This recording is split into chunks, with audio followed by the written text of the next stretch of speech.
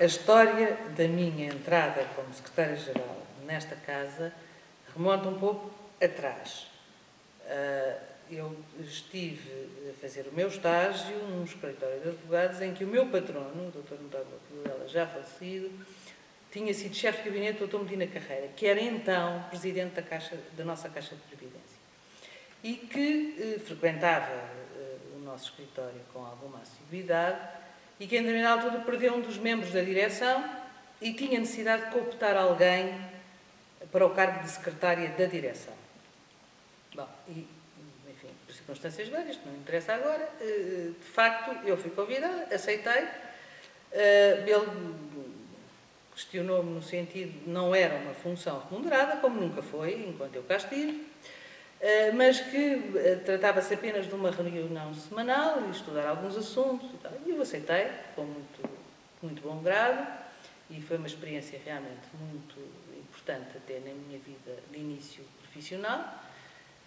E em determinada altura o Dr. Medina Carreira pediu-me para estudar, porque quer a nossa Caixa, quer a nossa Ordem viviam problemas financeiros muito graves, e para estudar a fonte de receita existente, para além das cotas dos nossos colegas advogados, da receita da verba da Procuradoria.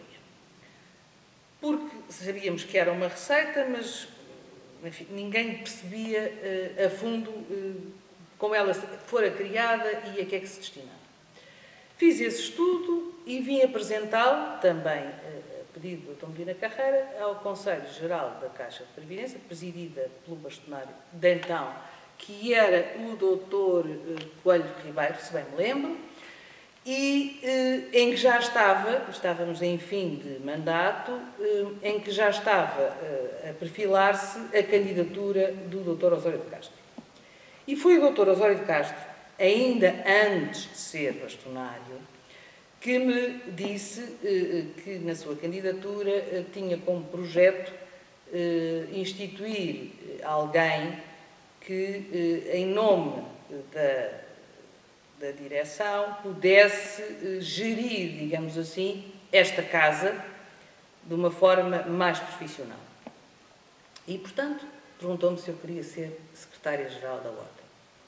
Eu, que era ainda nova, e que não fazia ideia quais seriam as funções e o trabalho a desenvolver por uma secretária-geral, e menos conhecia ainda sobre a Ordem, ele disse: não tem problema, a senhora vai a Paris, eu tenho lá o contacto do secretário-geral e dou-me bem com o bastonário em França, e, portanto, a senhora vai lá saber como é que aquilo funciona. E assim foi. Eu era recém-casada, fui com o meu marido, lá aprendi o que pude aprender com o Sr. Secretário-Geral da Ordem de Paris, que me disse, terminando a nossa conversa, que, bom, minha senhora, mas isto não é um cargo para mulheres, por ser duro, por ser não sei o quê, e foi na altura em que eu decidi que então é isso exatamente que eu vou fazer.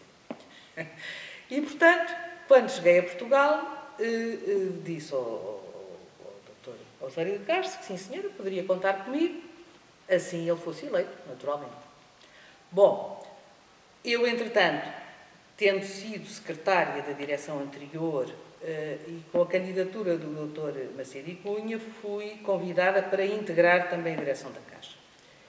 E aí já como vice-presidente, e é daí que vem a história de que, enquanto era vice-presidente, fui convidada para secretária-geral.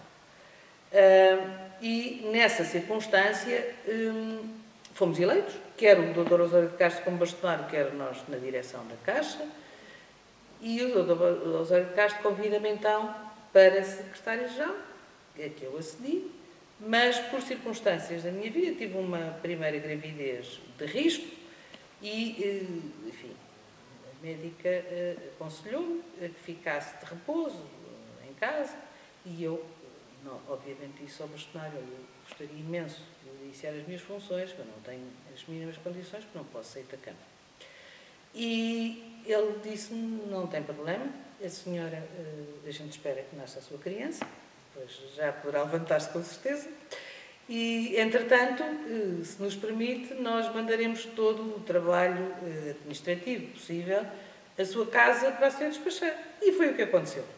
E, portanto, é assim que se inicia o meu exercício de funções aqui. Realmente deparei-me, quando aqui cheguei, com alguma desorganização, sob todos os pontos de vista. Havia pelouros que eram dirigidos por pessoas que entre si não se falavam. A direção, melhor dizendo, o Conselho Geral reunia, enfim, com pouca frequência. O bastonário estava no seu escritório e vinha também com pouca frequência cá e, portanto, de facto, a figura do secretário-geral ou uma secretária-geral pareceu-me, de facto, relevante e importante. É evidente que as coisas, enfim, não sou eu que tenho que fazer justiça ou não ao trabalho que desenvolvi, mas correu bem, quer o bastonário Osório de Castro, quer depois os outros com quem trabalhei, enfim, mereci-lhes, parece-me, a confiança. Sempre que um bastonário terminava o seu mandato, eu punha, naturalmente, um lugar à disposição, como fui sempre. Tinham pedido, em determinada altura, que, com o exercício das minhas funções, deixasse de exercer a advocacia. Isso eu não aceitei, portanto, a minha colaboração era remunerada, mas em prestação de serviços. Portanto, em qualquer altura que eu deixasse de ter a confiança das pessoas que me tinham convidado, sairia. E, enfim, fui permanecendo.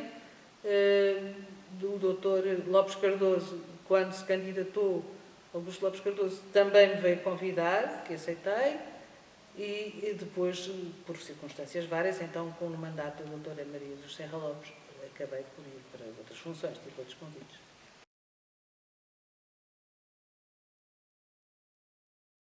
Os momentos foram vários, uns muito engraçados e muito felizes, nomeadamente quando havia eleições, em que as tecnologias não eram o que são hoje, e que, portanto, eram as listas criadas e que contávamos votos de noite dentro, num convívio muito alegre e muito são entre todos os colegas das várias listas candidatas, entre os funcionários da Ordem. Foram momentos muito engraçados e de facto, com colegas com espíritos também muito engraçados sob o ponto de vista de convívio, com piadas grandes. Lembro-me uma vez do falecido também Asdrubal Calisto, que contava os nossos votos, e íamos depois ali comer qualquer coisa rapidamente ao Gambrinhos, e ele dizia-me: hoje só te ajudo a contar votos, a se tu me arranjas aqui uma garrafa de whisky para este dia de vento, porque senão isto não se aguenta com tantos votos para contar. Mas, enfim, para além dessas coisas divertidas, há uma situação que me marcou muito, sob o ponto de vista positivo e de reconhecimento por parte dos colegas em geral, que foi em determinadas eleições, que eu já não sei, confesso dizer quais, em rigor, houve um problema com os votos por correspondência. Votos esses que, para serem contados, teriam que ser abertos e inseridos nas urnas conforme, enfim, as listas a que se destinavam. E, nessa altura, punha-se que tinha que haver alguém isento para fazer uma coisa dessas, ou esses votos não seriam contados e podia fazer toda a diferença na eleição dos órgãos. Todos os líderes das listas reuniram-se com o bastonário, com o presidente de então da Caixa de Previdência, e vieram ter comigo e disseram que a única pessoa que consideravam capaz e isenta para pegar nos votos, abri-los e inseri-los nas urnas era a Águeda de Lisboa. E isso foi uma coisa que, de facto, ao longo dos anos que já vinha exercendo aqui essas funções, e em que cheguei a compatibilizar as minhas funções de secretária-geral da Ordem com as de vice-presidente da Caixa de Previdência, onde, em determinada altura, pedi até ao Presidente para sair e ele pediu-me de todo em todo não o fizesse, e que as pessoas tivessem em mim a confiança suficiente para saber que eu tinha a isenção para, enfim, desenvolver aquela tarefa, importante para todos nós. Eram momentos de entrega à classe e ao que os advogados deviam representar, de pessoas independentes e que tivessem, enfim, esperemos que agora também tenham, mas estou a falar de tempos passados, e que tivessem o caráter suficiente para defender os interesses da classe e não interesses próprios ou dos seus amigos. E, portanto, isso para mim foi muito importante e é uma das coisas mais marcantes de recordações que tenho da minha passagem por esta casa.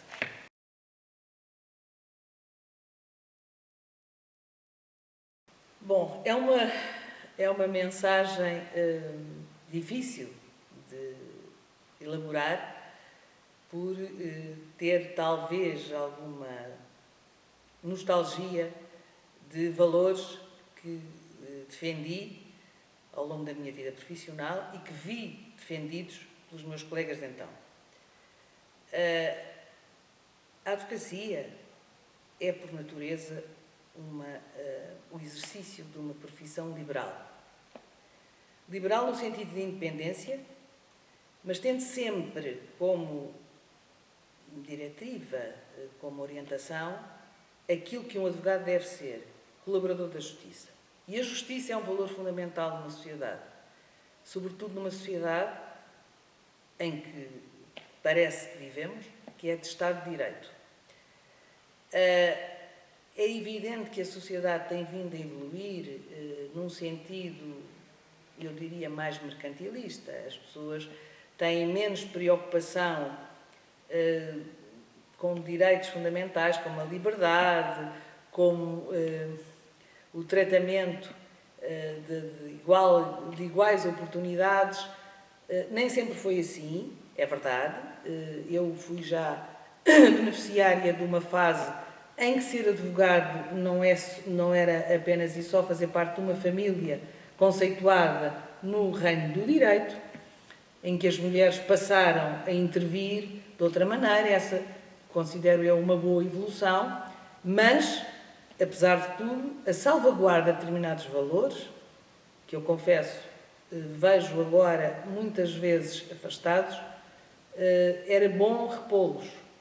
Era bom que os nossos jovens que vão para... Eu cheguei a ter estagiários a que lhes dizia: se vocês vêm para a profissão para ganhar muito dinheiro, porque acham que ser advogado vos dá prestígio e dinheiro, esqueçam o dinheiro e foquem-se no prestígio. E no prestígio do vosso caráter e na vossa colaboração, valores fundamentais: liberdade, justiça e outros géneros.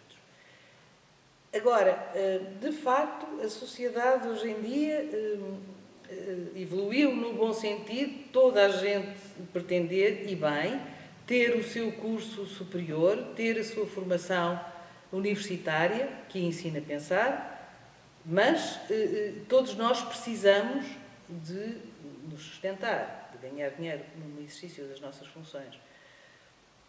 Mas é preciso saber distinguir o que é ser empresário, o que é ser empregado e o que é ser profissional liberal. E nestas nuances vejo muito a juventude encaminhar-se muito para ser empregado. Perde-se um pouco o valor fundamental da advocacia para mim. O meu conselho é que só viessem para exercer a advocacia pessoas que estivessem, de facto, dispostas a ser verdadeiramente independentes. Era essa a mensagem que eu tinha para o futuro.